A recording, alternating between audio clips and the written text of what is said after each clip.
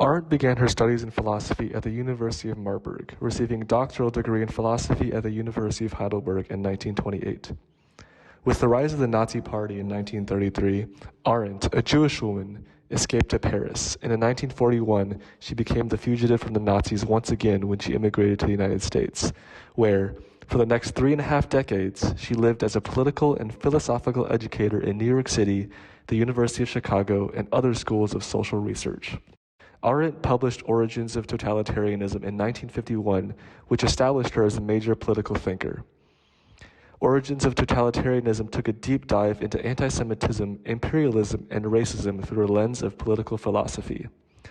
Here, she argues that totalitarianism, through their fight for abstract political power and not material or physical power, had made politics impossible to predict. This piece of political and historical inquiry into the uprising of totalitarian-style governments was based on that idea of a shared basic human experience of loneliness. Loneliness here does not refer to the human emotion. Rather, the loneliness that Arendt discusses here describes the encompassing social and ideological isolation in which the entirety of Germany lived in the 1930s. This feeling of disconnectedness was, to Arendt, the catalyst for the social acceptance of a revolutionary totalitarian takeover. In 1963, Arendt published Eichmann in Jerusalem, a highly controversial work of the trial of war criminal Adolf Eichmann, one of the major organizers of the Holocaust. Arendt wrote that his role in the Holocaust encapsulated, quote, the fearsome, word and thought-defying banality of evil, end quote. She writes of the Holocaust as being so obviously evil but made even more horrendous by the impersonal nature of its perpetrators. She notes the disconnect between the input and the output of the Holocaust. The input at the top level being logistical pencil pushing, resulting in the output of 6 million murders. She claims this as illustrating what she coins to be, quote, the banality of evil.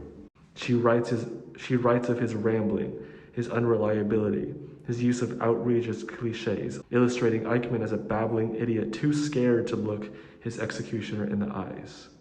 But despite the horrors of the Holocaust, Arendt restrained from calling him a monster, even writing of the room, quote, despite all the efforts of the prosecution, everybody could see that this man was not a monster, but it was difficult indeed not to suspect that he was a clown. Arendt attempted to paint Eichmann as a cog in the machine of something greater than he, that he might not have been the psychopathic monster that we want to see him as, just a disconnected man trying to get the trains in on time.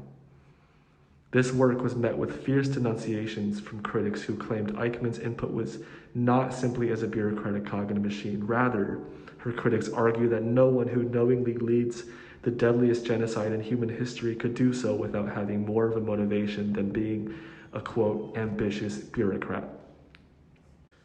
Her take that Eichmann's Nazi association was a gruesome mistake made by a well-meaning citizen did not end there. Martin Heidegger, renowned philosopher, Arendt's teacher back in university, her romantic partner and later turned Nazi, resumed contact with Arendt in 1950. In subsequent essays and lectures, Arendt defends Heidegger's involvement with the Nazi regime as a mistake of a great philosopher. Nonetheless, Heidegger remained a highly influential philosophical figure within Arendt's career. Their friendship lasted far longer than their romantic affair, so to say that Arendt's work took influence from Heidegger is not to comment on their affair with the renowned philosopher. Rather, it is to take a deeper look into how his style of thought may have affected Arendt's. Additionally, her personal relationship with German-Swiss psychiatrist-turned-philosopher Karl Jasper spanned several decades and influenced her writing as well. Lastly, well-known critic of modernity, philosopher Friedrich Nietzsche played a significant role in Arendt's philosophical development, as we will see. This literary analysis will examine the philosophical figures that played a role in influencing Arendt's style of thought. I will examine how Arendt's philosophical influences, style of thinking, show up in Arendt's works. Martin Heidegger was a key German philosopher at the turn of the 20th century. He is best known for his influences in the field of metaphysics and existentialism that show themselves in Hannah Arendt's writing and processes of thought. While Arendt's most known works did not tackle much the meaning of existence or the principles of being that metaphysics seeks to understand, her style of writing, and especially her style of thinking, reflects those of Heidegger's. Heidegger presents the concept that being itself should be regarded as an entity inseparable from the being itself. Without a perception of our being, we stand no chance of being a being. I argue that Arendt's analysis of the origins of totalitarianism to be within the social psyches of the individuals is borrowed from Heidegger's philosophical inquiry into the metaphysical proposition of experience. As Arendt writes in Origins of Totalitarianism, quote, "What prepares men for totalitarian domination in the non-totalitarian world is the fact that loneliness, once a borderline experience usually suffered in certain marginal social conditions like old age, has become an everyday experience." End quote. Arendt argues that totalitarian governments are upheld by a society that feels lonely, disconnected from each other, that our capital B being in a world where there are other capital B beings inherently requires us, our being, capital B being, our capital B being, to seek attachment to other capital B beings. And when that sense of connection through a shared feeling of subjective recognition of experience is not met within a society, that society is in danger of falling into a despair of isolation, which can easily be taken a hold of by an aspiring totalitarian government.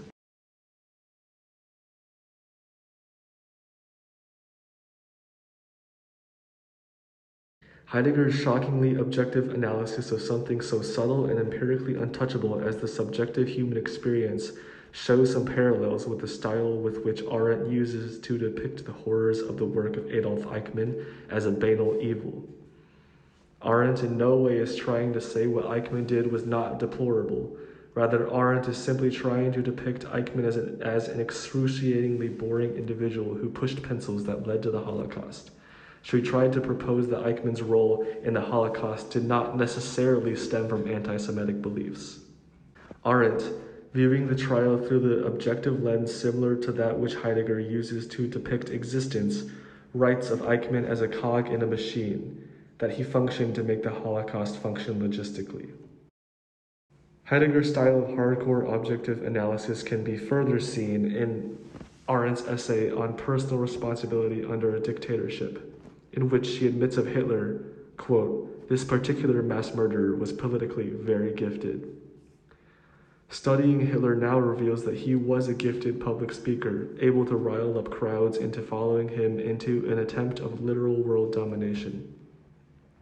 He was able to use political power to gain more political power by shutting down personal communication and contradicting information.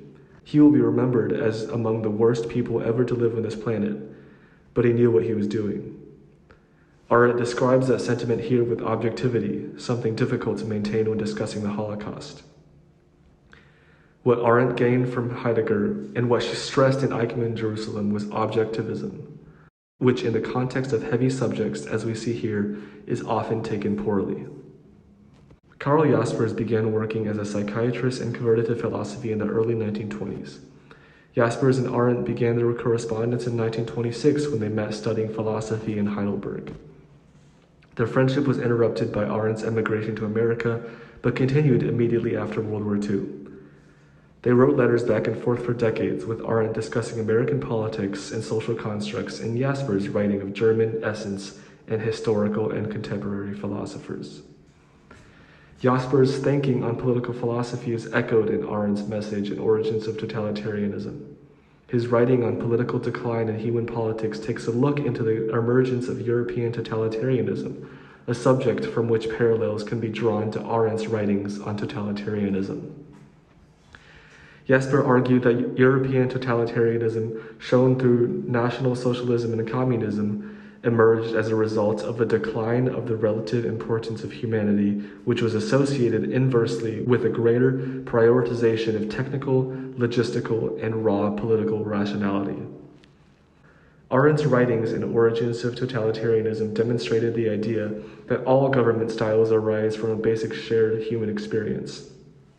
A fascist government is supported by a society that shares the basic experience of fear. A democratic society may wish to prioritize egalitarian virtues. Different societies are built from the common shared experiences that the people feel. One of the primary points that Arendt makes about the origins of totalitarianism in her work, titled as such, is that the shared basic human experience of citizens living within a totalitarian society is loneliness and isolation. A totalitarian government that oppresses its own people can be supported by its own people by isolating them from each other and from ideas outside of totalitarian propaganda. Arendt proposed that a totalitarian government is a government that suppresses the social and intellectual needs of its people in order to gain support from those same people. Jaspers argued that totalitarian governments are able to gain substantial power by deprioritizing humanity at the cost of raw political power. If we can presuppose that a government that is psychologically and socially manipulating the people of a society into giving them raw political power is a totalitarian government, then we can say that Arendt and Jaspers are really arguing the same concept. As for Arendt's reportage of the trial of Adolf Eichmann and interpretation of the Holocaust, it left many Jewish and non-Jewish literary critics unsettled by the manner in which Arendt reported the horrors of the Holocaust in Eichmann and Jerusalem. Arendt spends significant time in this book talking about the objective and organizational challenges of the Holocaust. She emphasizes, quote, SS Obergruppenführer Karl Wolff, former chief of Himmler's personal staff, who, according to a document submitted in 1946 at Nuremberg, had greeted with particular joy the news that, quote, for weeks now a train has been carrying every day 5,000 members of the chosen people, unquote, from Warsaw to Treblinka, one of the eastern killing centers, end quote. Emphasizing how important the Holocaust's logistical and numerical success was to the Nazis, simultaneously downplays the Nazi leadership's consideration of human life. Lives were numbers to the Nazis, and when the relative importance of humanity declines with a greater prioritization of technical, logistical, and raw political rationality, Jaspers says that this is the primordial soup from which European totalitarian rises. It can be argued that Jaspers' conclusion of the origins of totalitarianism having a root in the downplay of the importance of humanity is echoed in the jarring empiricality with which Arendt describes the Holocaust. Jaspers and Arendt's ideas on the origins of totalitarianism are similar, and it is interesting how parallel Arendt's and Jaspers' political ideologies seem. Even more interestingly, Heidegger and Jasper were famously described as having, quote, envenomed relations, despite the significant influence that Arendt took from Heidegger as well as Jasper. Even during the early friendship, Heidegger was very critical of Jasper, claiming that his methodological approach, quote, remained ensnared in the falsehoods of subjectivist metaphysics and Cartesian ontology, end quote. Similarly, Jasper throughout his life kept a notebook of critical notes on Heidegger, describing his fundamental ontology as a, quote, in a tone of moral, humanistic disapprobation. Friedrich Nietzsche wrote extensively in the 1870s and 1880s on contemporary civilization, influencing many major thinkers and writings in the 20th century, including Michael Foucault, Sigmund Freud, Thomas Mann, and most notably, Martin Heidegger.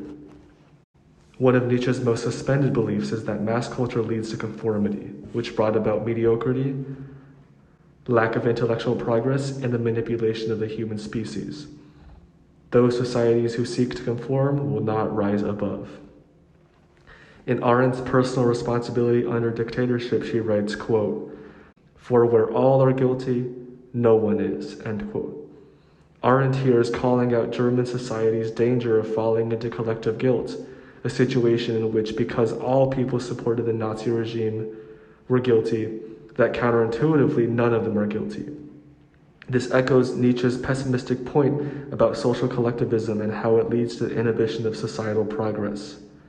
Nietzsche, if alive during the Holocaust, would probably see the formation of collective guilt that Arendt notices and prescribe it as the same diagnosis. That confirmation will prevent a society from moving on from the horrors that it had allowed. Nietzsche, if alive during the Holocaust, would probably see the formation of collective guilt that Arendt notices and prescribe it the same diagnosis. That confirmation will prevent a society from moving forward from the horrors that it had allowed.